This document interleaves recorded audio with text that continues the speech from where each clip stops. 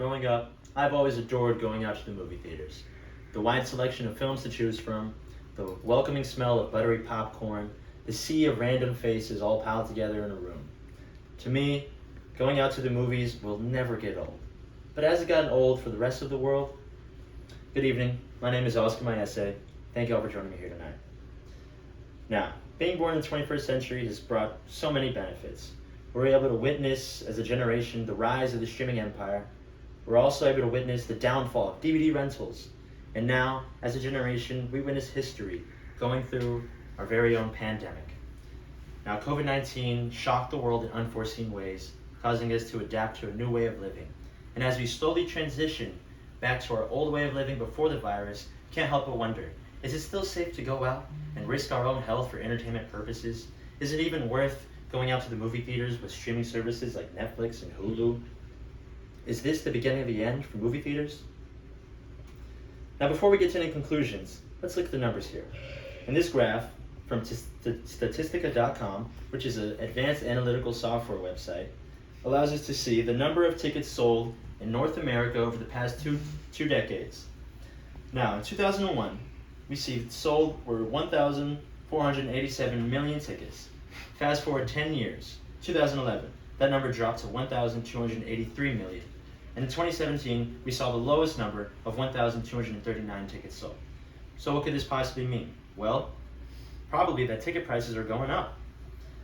If we see that WallStreet.com, created by Wolf Stryker, who advances in ticket prices in North America, we see that the average movie ticket prices have increased over the past 20 years. Since 1997, the average ticket price has increased over 100%.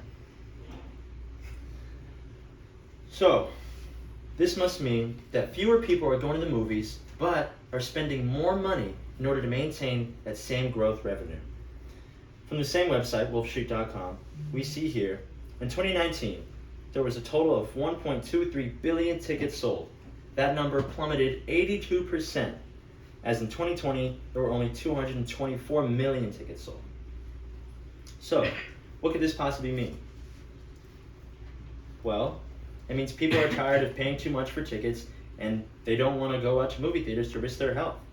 So, this allowed Disney Plus to create its own streaming service in November of 2019.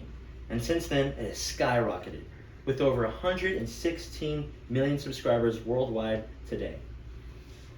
Now,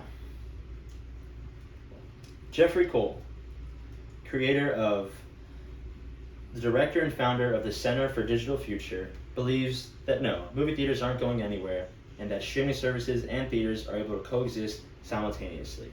Now, Disney, which held the box office records for more than a decade, was practicing releasing theatrical movies in a post-COVID world. Shang-Chi and the Legend of Ten Rings was the first to do this, selling over 100 million tickets in the first 5 days it was released. Now, this is incredible considering that the other movie to do this was Rise of Skywalker, a Star Wars film, in 2019. So, this is great news for movie theater owners all over the world, as Disney proved that the old-fashioned way of releasing movies will still live on. Now, theaters aren't going anywhere because people aren't going anywhere. And as long as there's people, there will be human experiences to share, such as Broadway shows, live concerts, art exhibits. They're all human experiences that we get to share together. Movie theaters were created for large groups of people. The cinema has a certain energy to it that's uncomparable from home or anywhere else. And although we'll probably never go back to the same world we had before COVID, that doesn't mean it can't be better.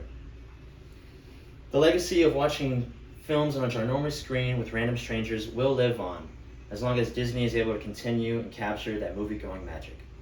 Thank you so much.